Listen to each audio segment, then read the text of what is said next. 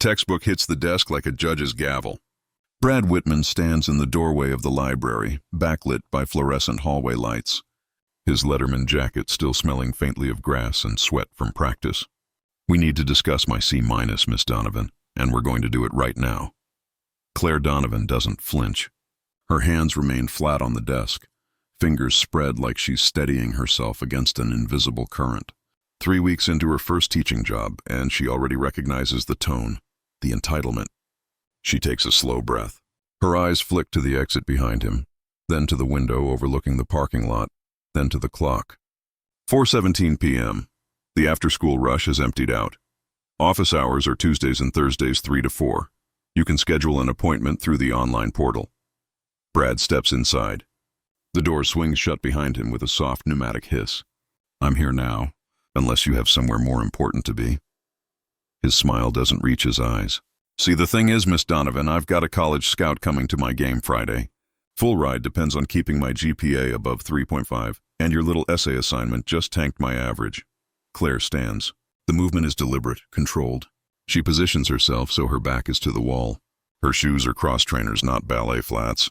The rubber soles are worn, scuffed. They look like they've covered serious distance. "Your essay was plagiarized from 3 different sources. I ran it through the detection software. You copied entire paragraphs without citation. That's an automatic 0 per the academic integrity policy outlined in your syllabus. Plagiarized." Brad repeats the word like he's tasting it. "That's a serious accusation.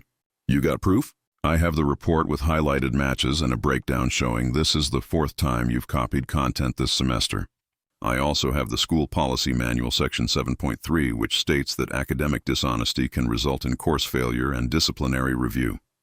Would you like to discuss this with Principal Whitman?" "I'm happy to schedule a meeting." Brad's smile widens.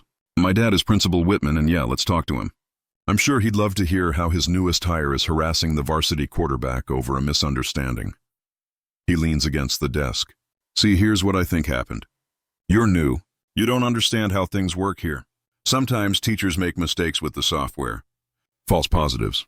So here's what we're going to do. You're going to regrade that essay. Give me the B+ I deserve and we'll forget this whole conversation ever happened." Claire's jaw tightens. "I don't make deals on academic integrity." "Then you're going to have a very short career." Brad pushes off the desk, heading for the door, but he pauses at the threshold. "You know what your problem is, Miss Donovan? You think rules protect you here, but my dad writes the rules, and I've been breaking them since kindergarten." The door closes. Claire doesn't move for 10 seconds, then 20. Her hands are shaking. She presses them flat against the desk again, breathing through her nose. One of the desk drawers is slightly open. Inside, a worn military ID card is visible beneath a stack of folders. The text is small but readable. "Donovan, C. JAG Corps." The photo shows a younger woman in dress uniform, jaw set, eyes forward. The expiration date is 3 years old. The next morning, Brad Whitman holds court in the hallway outside the cafeteria. He's surrounded by his usual crew. Claire walks past with a stack of papers, head down. Brad's voice rises just enough. "Did you even pass the certification exam? Or is this like some kind of charity hire?" His friends laugh. Claire keeps walking. Her pace doesn't change, but her shoulders pull back slightly, her spine straightening. 2 days later, Principal Whitman's email inbox floods with student complaints. They arrive within the same hour. All anonymous, all following similar patterns. The language is too polished, the phrasing too careful. These aren't teenager complaints. These are lawyer complaints. Whitman summons Claire during her lunch period. His office is large, wood-paneled, decorated with framed photos of championship teams. He doesn't invite her to sit. "We've received some concerning feedback about your teaching methods, Miss Donovan." He slides a stack across his desk. "I'm not saying these complaints are valid, but where there's smoke, there's usually fire." Claire picks up the papers. Her eyes scan the text quickly. These are all anonymous, and they were submitted within a 40-minute window. That's not organic feedback. That's coordinated. She sets them back down. "Principal Whitman, I gave Brad Whitman a 0 on a plagiarized essay 3 days ago. This is retaliation. That's a serious accusation. Do you have evidence of coordination? The timestamp pattern, the similar phrasing, the fact that none of these complaints reference specific incidents with dates or witnesses. I've documented every interaction with Brad. Time, location, witnesses present. If you want to investigate my teaching, investigate. But this is harassment. Whitman leans back in his chair. I'll make a note of your concerns. In the meantime, I suggest you focus on building better relationships with your students. Dismissed. Friday arrives with unexpected warmth. Claire supervises the entrance courtyard, standing near the bike racks.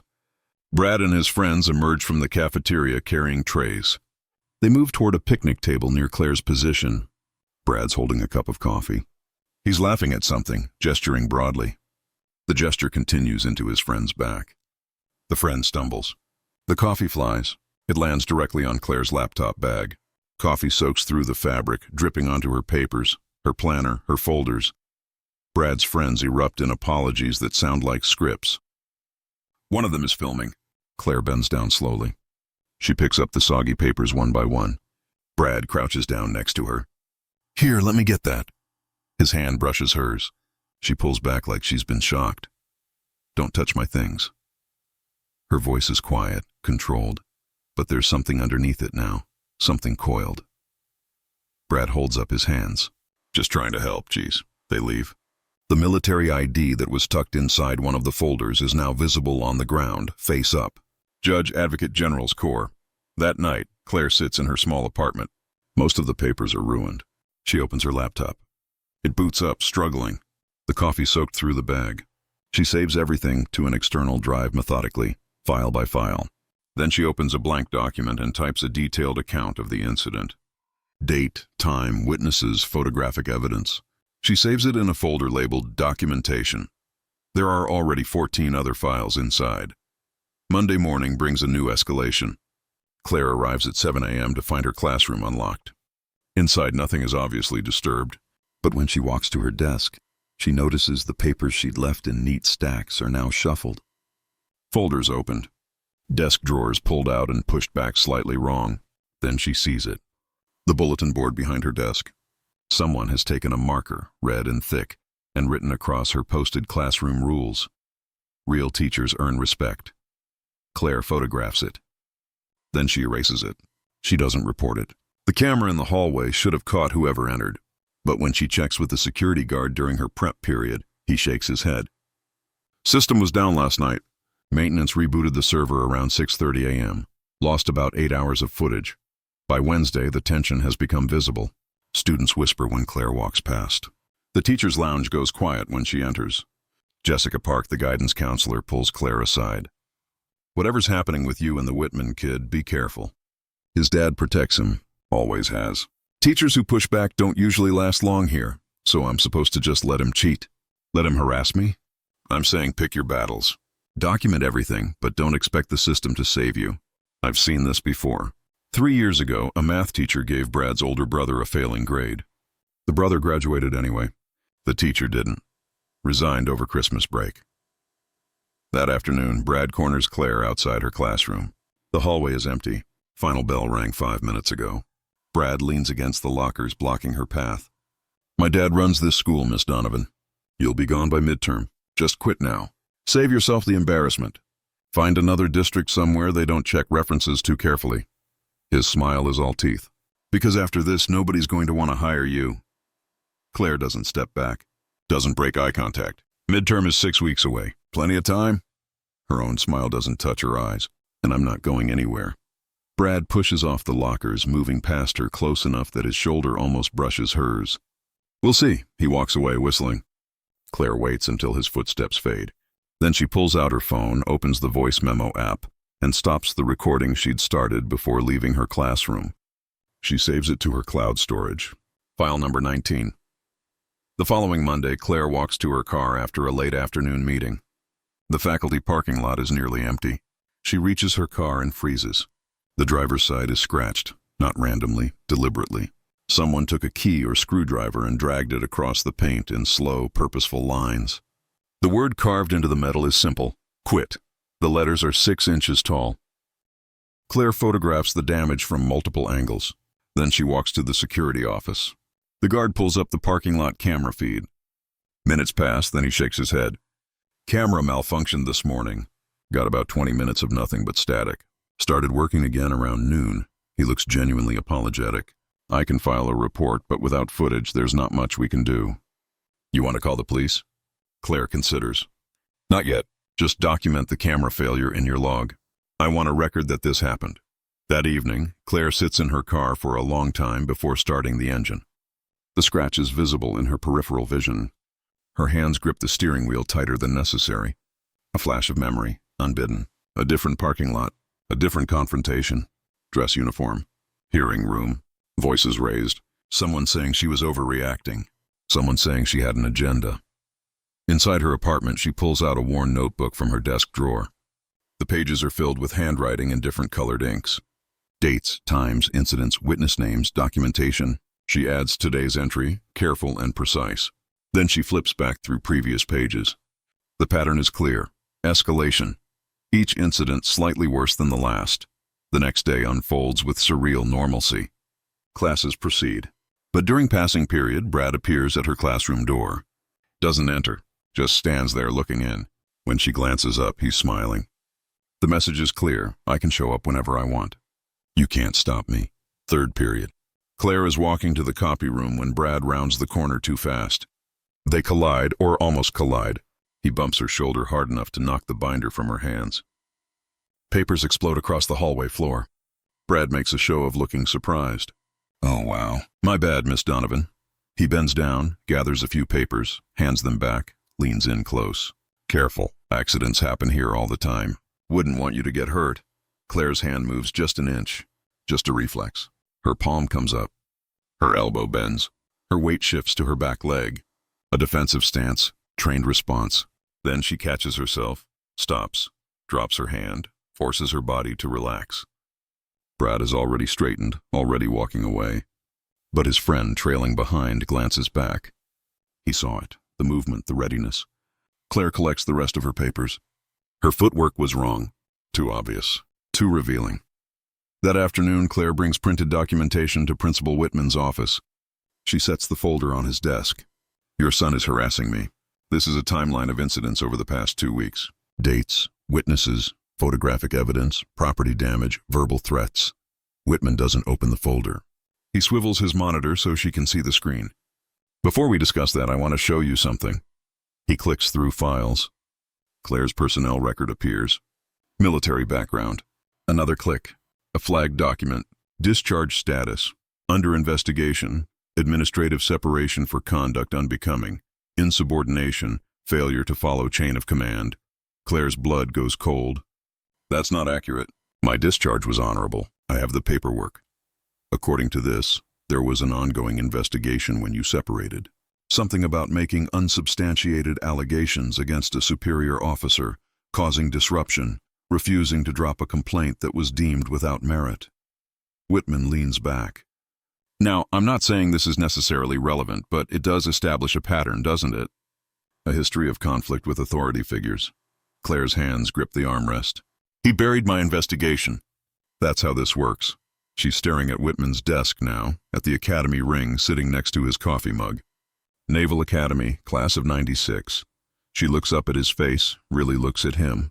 Commander Richard Whitman, the officer who told her the midshipman's testimony was unreliable. Who pushed through her discharge before she could appeal. She hadn't recognized him before. Different context, different uniform, but it's him. I'm placing you on administrative review. Any further incidents, physical or otherwise, and you're terminated immediately. Given your history with authority conflicts, I need to be cautious. He closes the file. We want to support you, Miss Donovan, but you need to meet us halfway. Can you do that? Claire wants to scream, but she doesn't. Because if she defends herself now, if she gives him any excuse, he'll destroy her again. So instead she says, crystal clear, Principal Whitman.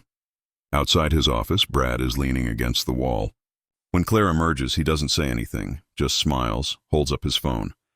The screen shows a text conversation with his father, time-stamped from 5 minutes ago. She brought the papers just like you said. The email arrives Thursday evening at 4:15 p.m. Subject line, mandatory classroom evaluation. The body is brief. Per your contract, you are required to maintain weekly office hours. Your next session is scheduled for tomorrow, 4:30 p.m., library study area.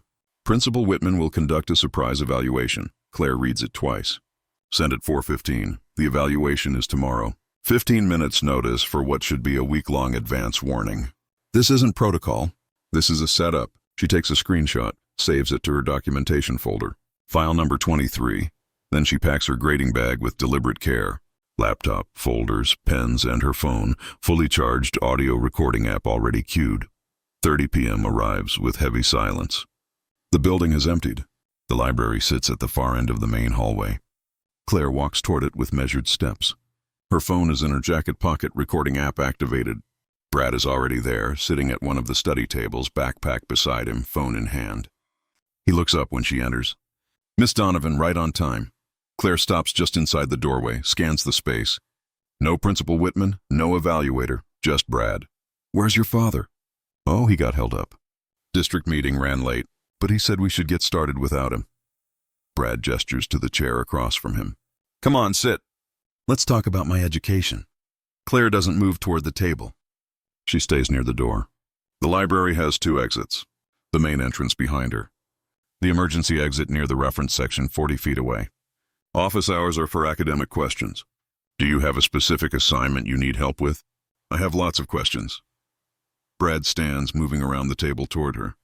Like, why are you really here? What's a military washout doing teaching high school English? Claire's hands stay loose at her sides. Her weight shifts to her back foot. That's not an academic question. Sure it is. I'm trying to understand my teacher's qualifications. Brad stops 6 feet away. See, I did some research. Judge Advocate General's Corps. That's military lawyers, right? Except you're not doing that anymore. You're grading book reports. What happened? My career history is not your concern. If you don't have homework questions, this session is over. Brad's smile widens. But Ms. Donovan, you're contractually obligated to hold office hours. I'm a student requesting help. You can't just kick me out. He pulls out his phone, unlocks it, opens the camera app, holds it up. In fact, I think I should document this for my protection. You've been so aggressive lately. The recording light blinks red. Claire sees it, understands.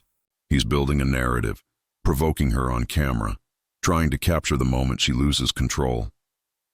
Put the phone away, Brad. It's my property. I have a right to record in public spaces. School Policy Section 9.2. He moves closer. Now about my grade. I've been thinking maybe we got off on the wrong foot. Maybe if you just took another look at my essay, we could move past all this unpleasantness. Claire backs up. Her shoulders hit the bookshelf. Brad is 4 feet away now, phone still recording. I'm not changing your grade. You plagiarized. This conversation is over. See, that's where you're wrong. Brad's voice drops. This conversation is over when I say it's over. Because here's the thing, Miss Donovan. You're going to log into that grade portal right now. You're going to change my C- to a B+, or I'm calling security and telling them you touched me inappropriately, that you made me uncomfortable. They'll believe me. They always believe me. He reaches out fast, grabs her wrist. His grip is hard, deliberate, designed to bruise. So what's it going to be? The touch triggers something. Not panic, not fear. Muscle memory. Claire's body moves before her conscious mind catches up. Her wrist rotates inward against his thumb. Years of training flood back. She steps forward into his space, her free hand securing his elbow, guiding his arm into a lock position. Not violent. Clinical. The movement is so controlled that Brad doesn't realize what's happening until his own momentum carries him downward. His knee hits the floor. Claire releases him immediately, steps back, hands up. Don't touch me again. Brad's phone has fallen. It skitters across the floor, landing face up. The screen shows the recording interface. Red dot still blinking. Timestamp 4:37 p.m. File name visible. Teacher assault setup final MP4. Brad scrambles for it. I didn't mean... His hands shake as he grabs the device, but he's too slow. Claire has already seen the file name. She reaches down, picks up the phone before he can lock it. Her voice is cold. You recorded yourself committing assault and conspiracy to file a false report. That's 2 felonies under Pennsylvania law. Give that back. That's my property. It's evidence. Evidence of premeditated harassment. Evidence that every complaint you filed against me was fabricated. Evidence that your father has been protecting you while you systematically tried to destroy my career. Her other hand goes to her jacket pocket, pulls out her own phone, still recording. And I have audio of this entire conversation, including your threat, your false accusation, your admission that people always believe you. Brad stands slowly. His hands are shaking. The confident swagger is gone. You don't understand. I need that scholarship. I need the grades. My dad, he expects, everyone expects. His voice cracks. If I don't get into state, if I don't play ball, I'm nothing. Claire feels something unexpected. Not sympathy exactly, but recognition. Then you should have studied. You should have earned it. You don't get it. People like me don't earn things. We inherit them. And when we can't, we take them. Brad's laugh is bitter. My dad taught me that. Commander Whitman, Navy JAG. He took what he wanted, buried what he couldn't control, and nobody stopped him. The world narrows to that one word. Commander. Claire's breath catches. What did you just say? My dad, before he was a principal, he was Navy JAG officer. Got out after some big investigation went sideways. Something about a harassment case he mishandled. Female midshipman, I think. He doesn't talk about it, but I've seen the files in his office. Old commendations, discharge papers, a letter from some lawyer saying if he resigned quietly, they wouldn't pursue criminal charges. Brad's looking at her now, really looking. Wait, you knew him? You're the one who filed that complaint. You came here for him, Claire's hand steady. Her voice when she speaks is calm, but there's an edge that could cut steel. You want to know why I didn't fight back sooner? 7 years ago, I was a JAG officer. I investigated a sexual harassment case at the Naval Academy. Female midshipman, senior officer. I had evidence, witnesses, forensics. But my commanding officer buried it. Said I was overreacting, that I was too emotionally invested, that I had an agenda. He flagged my service record, pushed through my administrative separation before I could appeal. I lost my commission, my career, everything I'd worked for since I was 18. She takes a breath. So when you started your games, I knew what would happen if I defended myself. If I gave anyone an excuse to say I was unstable, aggressive, couldn't control my emotions, they'd use my discharge against me, paint me as a problem, just like before. So I let you escalate. I documented every violation, every threat, every witness. Because this time when I defend myself, it's not my word against yours. It's your actions recorded, undeniable. Brad's staring at her like she's something alien. You let me attack you. You planned this. I defended myself when you committed battery. That's not planning. That's self-preservation. Claire walks to the library desk phone. And your father, Commander Richard Whitman. The man who's been covering for you, who deleted security footage, who manipulated my personnel file. He's the same officer who buried my case, who protected an abuser and punished the person trying to stop it. I didn't recognize him at first. Different context, different name usage. But when he pulled up that fake investigation flag, when he said superior officer with just that tone, I knew. She picks up the receiver, dials carefully. But the line connects. This is Claire Donovan at Lincoln High School. I need to report an assault and request police presence for evidence preservation. The suspect is on scene. I have video and audio evidence. Brad hasn't run. He's frozen. They won't believe you. My dad will fix this. He always does. He can't fix federal obstruction of justice charges. He can't fix conspiracy. And he can't fix the fact that his own son just confessed to knowing about his corruption. Claire's voice is gentle now. You're not nothing, Brad. You're just terrified of finding out who you are without your father's protection. But that's over now. Sirens wail in the distance, growing closer. Through the library windows, Claire can see flashing lights turning into the parking lot, blue and red painting the twilight. Brad sits down heavily. His phone is still on the floor between them, still recording. The next hour unfolds in careful procedure. Officers arrive, separate Claire and Brad, take statements, collect both phones as evidence. Principal Whitman arrives 20 minutes in, face flushed, demanding to know what's happening. The lead officer, a woman with sergeant stripes, listens to his demands and then asks him to step outside. We'll need to speak with you as well, Mr. Whitman, about some irregularities in school security footage and personnel files. By 6 p.m., Brad is suspended pending investigation. His college scholarship hangs in balance. Principal Whitman is placed on administrative leave.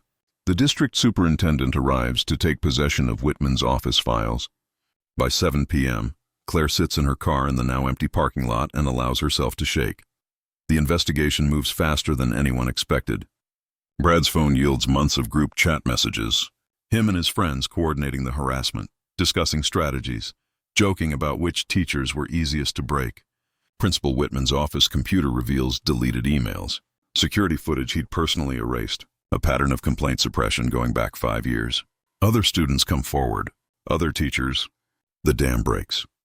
Within a week, Claire's original 2018 JAG complaint is unsealed by Navy Criminal Investigative Service. The case Brad's father buried wasn't just harassment. It was assault. And the midshipman wasn't the only victim. There were 3 others, all pressured into silence. The Navy wants answers. The FBI wants answers. And this time, Commander Richard Whitman can't make the investigation disappear. Brad's university rescinds his scholarship. Within 2 weeks, Principal Whitman is arrested. Federal charges, obstruction of justice, conspiracy. The school board implements immediate reforms. Claire's personnel file is corrected. The fake investigation flag removed. Her service record restored to honorable status with full benefits retroactive to her discharge date. 6 months later, Claire sits in a federal courtroom, not as defendant, as witness. The judge reads the verdict without emotion. Richard Whitman. On 3 counts of obstruction of justice, we find the defendant guilty. The gavel falls.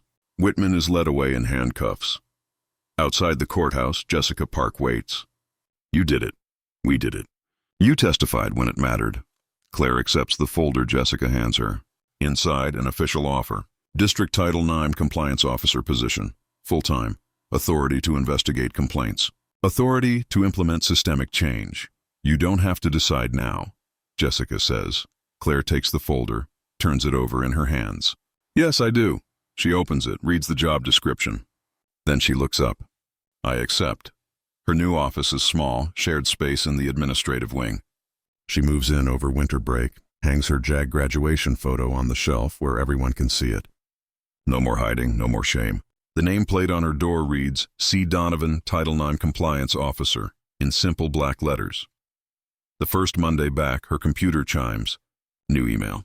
Subject, Riverside Academy Title IX concern. She opens it. Similar situation to yours. Different principal. Can you help? 3 teachers afraid to come forward. Pattern of retaliation. No one believes them. Claire's hand hovers over the mouse. She thinks about the cost, the risk, the way fighting back breaks something inside you that never quite heals. Then she thinks about the midshipman from 2018 who finally called her last month, who said, I should have fought alongside you. Thank you for fighting anyway. Claire's jaw sets. That same micro-expression from the library. That same determination. Her finger clicks. Claire helped 12 more teachers file complaints that year. 7 administrators were removed. She never stopped fighting.